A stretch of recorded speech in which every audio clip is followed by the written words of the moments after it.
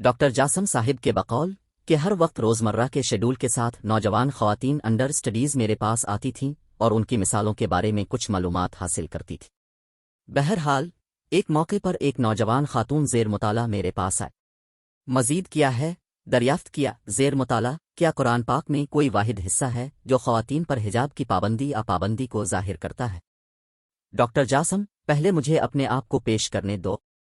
Under study میں college میں آخری سال کا انڈر اسٹڈی ہوں اور قیاس ہے کہ اللہ تعالیٰ نے کبھی کسی خاتون سے حجاب پہننے کی درخواست نہیں کی، اس لیے میں بے پردہ رہتا ہوں، تاہم میں پہلی سے پوری طرح وابستہ ہوں اور میں غیر معمولی طور پر شکر گزار ہوں۔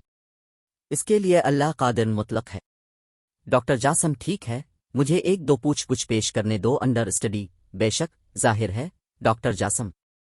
اس موقع پر کہ ایک جیسی اہمیت کا ایک لفظ آپ کے سامنے تین الگ الگ طریقوں سے پیش کیا جائے، اب کیا اہمیت کا تعین کریں گے؟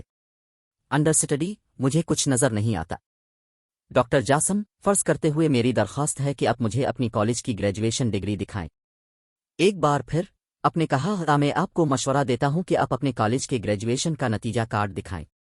ایک بار پھر آپ نے کہا میں آپ کو مشورہ دیتا ہوں کہ مجھے اپنے کالج کی گریجویشن کی آخری رپورٹ دکھائیں، تو آپ کیا ختم کریں گے؟ انڈر اسٹڈی میں ان تین چیزوں کا مطلب یہ ہے کہ آپ کو میرا نتیجہ دیکھنا ہوگا۔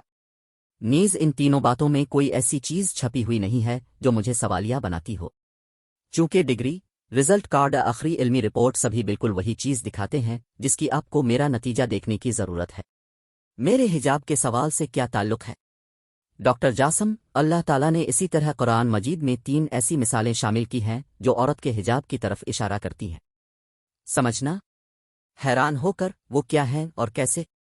ڈاکٹر جاسم اللہ تعالیٰ نے ایک چھپی ہوئی عورت کی خصوصیات کو تین مشابہت تمثیلت الحجاب، الجلباب، الخمر کے ساتھ دکھایا ہے، جس کا مطلب صرف ایک چیز ہے۔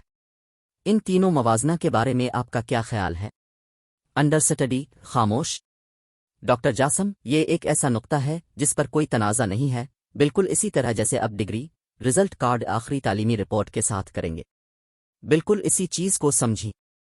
انڈر اسٹڈی مجھے یقینی طور پر احساس دلانے کے لیے آپ کا طریقہ پسند ہے، پھر بھی معاملہ مزید وضاحت کا تقاضا کرتا ہے۔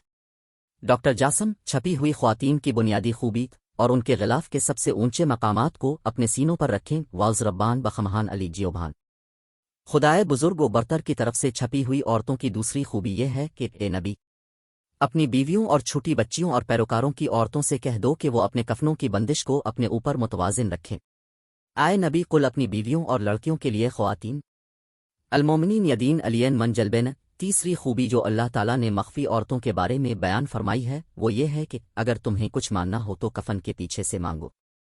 ڈاکٹر جاسم کیا آپ واقعی محسوس کرتے ہیں کہ یہ تینوں رشتے کسی خاتون کے پردے کو نمایاں نہیں کرتے؟ انڈر اسٹڈی میں آپ کی باتوں سے دنگ رہ گیا ہوں۔ ڈاکٹر جاسم کھڑے رہو، میں عربی نحو میں ان تین مشابہت کو سمجھتا ہوں۔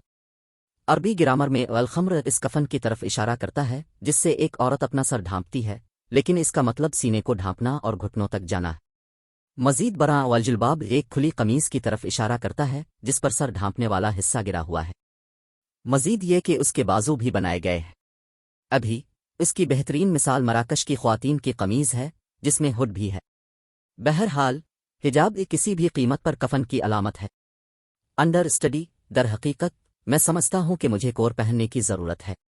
ڈاکٹر جاسم در حقیقت یہ فرض کرتے ہوئے کہ آپ کے دل میں اللہ اور اس کے پیارے کوریئر اللہ کی ہم آہنگی اور تحفے پہنچتے ہیں کے لیے محبت ہے، تو اس وقت ایک اور بات جان لیجیے۔ لباس کی دو قسمیں ہیں، پہلا وہ جو ڈھانپتا ہے جسم کاورز، یہ اللہ اور اس کے بھیجنے والے کا ایک فرض اور حکم ہے۔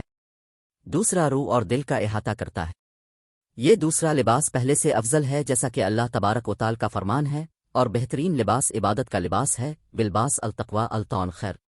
ممکن ہے کہ کوئی خاتون ایسا لباس پہنے ہوں جس سے اس کا بدن چھپا ہوا ہے، پھر بھی اس نے عقیدت کے لباس کا ٹکڑا نہیں اوڑا ہے۔ پس صحیح طریقہ یہ ہے کہ دونوں لباس پہنے۔ اس آرٹیکل کو کم سے کم انعام کے مقصد کے ساتھ شیئر کریں اور ہمارے پیج کو لائک کریں تاکہ آپ ہمارے بہترین آرٹیکلز کو دیکھ سکیں۔